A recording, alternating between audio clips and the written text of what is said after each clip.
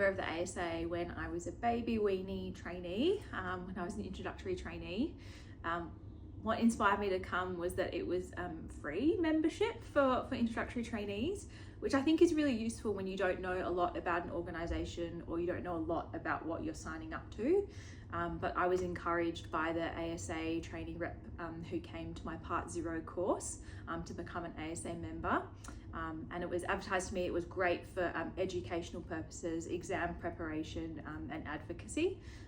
And so I really didn't see any barriers to becoming a member and signed my name on the form. Being an ASA member, I definitely, having recently sat my Part 1 and Part 2 exams, I've definitely benefited from those educational and exam preparation courses.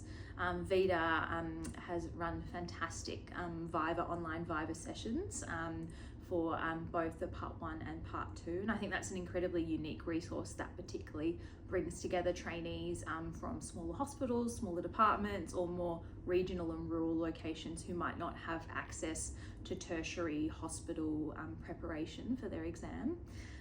So that was definitely a benefit. One of the most important things, since I'm sort of past that phase of my training and I have moved more into thinking about where my career is headed and what I'll be involved in as a fellow and as an anaesthetist, definitely thinking more about the advocacy side of things. And in my role as the TMG chair, I'm really excited to learn more about challenges that face our profession and what we can do as a body together to try and change those pathways, to try and influence or work with the government to provide better care for our patients.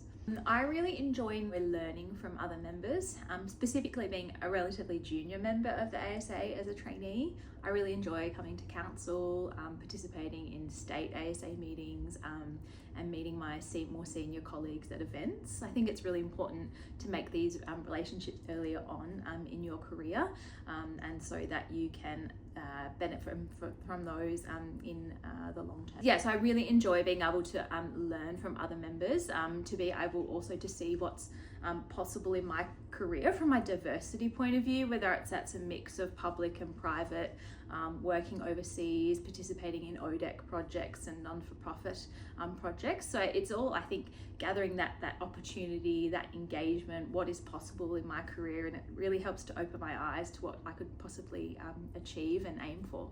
I think what makes the ASA membership valuable is really different depending on what sort of member you are. So I think as a trainee, what would make the membership more valuable for me is specifically an increase in events or webinars or opportunities to address that bridge between being an advanced trainee to a fellow and an early consultant. So events that might include improving interview techniques for consultant positions, answering questions for selection criteria, and perhaps guiding people to work out what sort of fellowships they want to undertake. And that might be through maybe a mentoring sort of program, the opportunity to speak to other senior ASA members who might have done different things. So really that sort of direction to launch into the next aspect of not only my career, but my membership with the ASA as well.